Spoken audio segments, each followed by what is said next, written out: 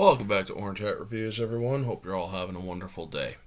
So, I just got back from Avatar 2, Way of the Water. This is not going to be a live review, this is a premiere. I will still be doing the spoiler free review first. And then I will let you all know that I'm going to do spoilers. Spoiler free. This film is a marked improvement. Better story, better writing, better acting, and better everything, really. Compared to Avatar, which objectively, its theatrical edition is a 6, which fails. This film's story actually has a higher premise. It leaves it open for a future film, Avatar 3. This film really does push the story to new heights. The 3D, I'm not a fan of. I hate 3D. That's the only thing, or that's one of the things, rather, going against this film. Other than that, there are logic problems. There are visual effect problems. Some of the writing could be better in certain places. However, for the most part, the film is actually not as bad as all the haters will actually think. This film is actually quite well put together. The cast has returning cast members like Sigourney Weaver. I think it's actually quite nice that Sigourney Weaver's character is not alive, but still in this film through memory. As well as you know, the Na'vi have a way to link with their ancestors through soul trees, which is in the first movie. Well, she's able to do, or she's able to be seen through that with character. There is an interesting premise that unforeseen things from the first movie they say happen in this movie. This movie is pretty much like several years later. Quaritch coming back is actually done in a way that is believable, understandable, and not overtly stupid. However, there was one character that I wish didn't come back, Wainfleet, who was the annoying, yeah, get some Marine. It's like, he is the most annoying piece of shit. Yes, he died in the first one, but he is back the same way that Courage is back. Now, the writing, or the special effects, is where this movie suffers a little bit, because Quaritch's avatar, because you've seen in the trailer, he has an avatar. It doesn't translate well with the movement of his mouth in certain areas. Or the fights between Na'vi don't translate the best. However, this movie does have a very good visuals. Again, it's easy to get caught in the visuals of this film. However, there are still flaws. Logical decisions are completely thrown out the window when it comes to certain situations. It's like, you could have easily done this. You could have did this. I understand certain reasons why somebody would do certain things, but it goes completely against any sort of thing at all. I can't really get into it without spoiling it. However, the music has some call outs to the previous film, certain events are used, or the music is used in certain ways to reflect what is happening, and very well done. The score is very well done. However, some of the acting could have been a little bit better.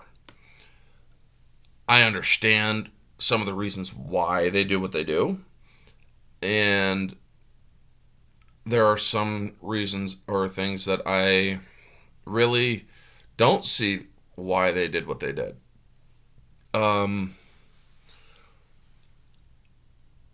Neytiri takes a really distasteful attitude in this film, Zoe Saldana's character. But it's also understandable some of the choices she makes for the most part.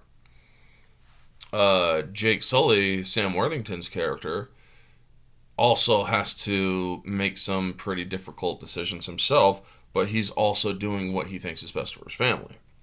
The water sequences are very, very well done. There are some of the logic sequences, like how the hell are the forest Na'vi able to breathe so well underwater when the water Na'vi or the ocean Na'vi are more suited and adapted to it. There is problems there, you know?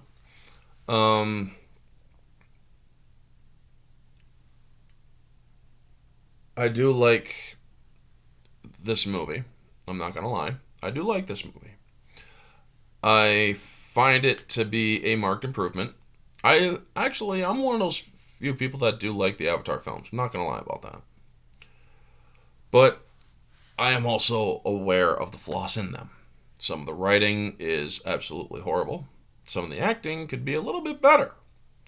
However, I do like where this movie went. It had a more organic feel to it. Yes, there are things that some people may actually perceive as woke in this movie. Not girl power or anything like that, but some of the human mission, shall we say. And I kind of find that it's like, really? Yeah. And a lot of people are saying, well, climate change this, climate change that. There's climate change messaging in this film. Wasn't seeing it. I mean, other than admitting what they already admitted in the first one, I really didn't see an overt statement as to, oh, we're here to battle climate change. No, there wasn't any of that in this film. Now, I will explain that further in the spoiler part of this. So, without further ado, I am going to start that in approximately, well, why not now? The climate change thing that they want to address, or that they supposedly address, is that Earth is dying. And that the humans are going to come to this planet and turn it into a new Earth. It's like, I pretty much figured that was going to be the whole thing to begin with.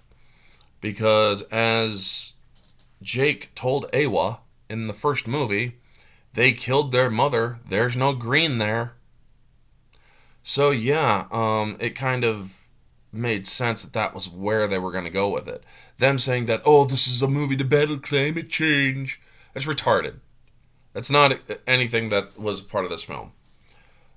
The film story, I really do like how the story goes, where Jake leaves the Omaticaya from the first film, the people of his clan, after the humans come back. Quaritch survived through a neural chip. He doesn't remember his original death. However, he his mind or his memories were uploaded into an avatar, as well as some of the unit of Marines from the first movie. And it's like, are you fucking serious?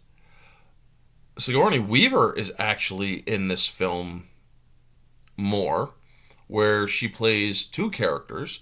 The girl character, Karina, or Kiri, or whatever her name is, her voice is like a younger Sigourney Weaver. And I enjoyed that character. A lot of people are going to be saying, oh, well, she's this, she's that.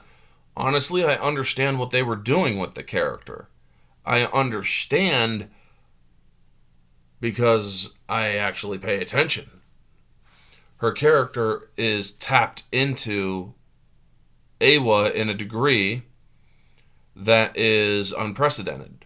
That doesn't make her a goddess or anything like that, but it does make her special in a sense. They don't really tap into you're special or this or that, but they do show that she has a connection to Eywa that is rather unique. And it's quite interesting to see where they go with it. The human character that is walking around or acting like a native and whatnot, they explain who he is and, well, who he might be related to. I'm not going to spoil that. It's fairly obvious, given the hair color. But yeah, they also do. The story is well done. How they transition from leaving the forest to the ocean. I like how they have to basically they have their troubles with the Na'vi of the ocean, and I like the communication between animals and their sea dwelling animals in this film. The or shark version. Or there's a shark kind of creature in this. There's also big ass whale beasts. I like how smart they are. This movie does kind of make you uncomfortable if you emotionally delve into film. They definitely do a whaling scene, so to speak, and it's pretty freaking distasteful. I really enjoyed this film. I'm not gonna lie. The battle between Quaritch and Jake is pretty well done. Quaritch, however, they softened him in this film. If this was indeed Quaritch with the memories before his death and learning up how he died, because he does find a way to access the data from his from the mech that he died in, and he sees how he dies, and it's like, well, son of a bitch. This, or if you ask me, this is a guy that would actually not hesitate to kill any one of Jake's family members, which he does hesitate. This film does not have plot armor or 100% plot armor at all. There is a main character death in this film. I will not spoil who it is, but it hits you. The character development in this film and the character building in this film is actually done to a point where you actually are invested in some of the characters. And I really actually do enjoy how they handled that. Like I said, some of the writing is a little bit The Quaritch avatar doesn't really translate well. That's the biggest problem. He's not, or his lips don't sync with the audio very well in certain scenes. And it makes one wonder, you know? So, yeah. Other than that, folks, I'm not going to really do too much spoilers of this. It's the sky people come back to the planet with the main idea is to colonize it, but you got to pacify the indigenous. And that's basically the human mission. However, it is thwarted. Now, a lot of people think that the first movie is cringy, and which it is. I said in my honest review of the first movie, the objective is a fail. It's 6 out of 10. That's a fail. However, the collector's extended edition puts it as 7.5, where it's not a or passes. This movie's objective score, I would actually put at a 7 to a 7.5. It's a marked improvement. It's not a perfect movie, but it is indeed a better movie than the first movie. It still has the same objective score as the collector's extended edition for the first one. However, I would actually put it maybe like to a 7.6. It's a marked improvement, but it still has problems with it. Logical decisions that are made. It's like, why would you do this? Why would you do that? I mean, come on now, think about it for a moment. But it really is done well. Subjectively, this movie is a 9 out of 10 for me. I liked it. I really did like this film. I'm not going to lie. Now, if you guys are going to come at me saying, oh, you're liking woke films or whatever, I didn't see any wokeness in this film. And believe me, my radar for wokeness is on. Batteries full. Dialed up to 10. Didn't find much of any wokeness at all in this film. Got a few laughs out of it, though. Moviegoer. People liked this film. People who went to the theaters, general consensus is they enjoyed it. They all thought it was pretty good, so I will put it at a 9.5. I checked my watch once to see what time it was. So honestly, I will take 1 point off of it. So moviegoer is more of a 9 out of 10. So yeah, that's going to be my honest review for Avatar 2, Way of the Water. Thank you so much for listening, folks. Have a wonderful night, day, whenever. This will be coming out 1 p.m. Today, yeah. Anyway, have a wonderful day, and always remember, stay humble.